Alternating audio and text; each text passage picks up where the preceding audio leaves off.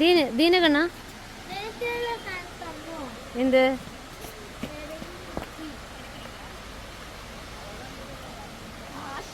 പൊള്ളിയാ ചൂടുണ്ടേ. വെള്ളമില്ല, വെള്ളം ഉണ്ടാകുമ്പോൾ ഗംഭീരാവും.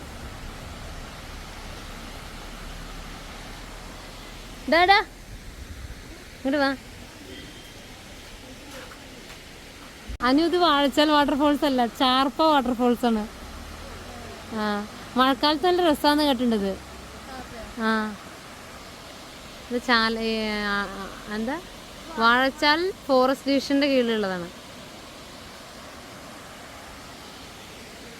ചാർപ്പ പോവല്ലേ?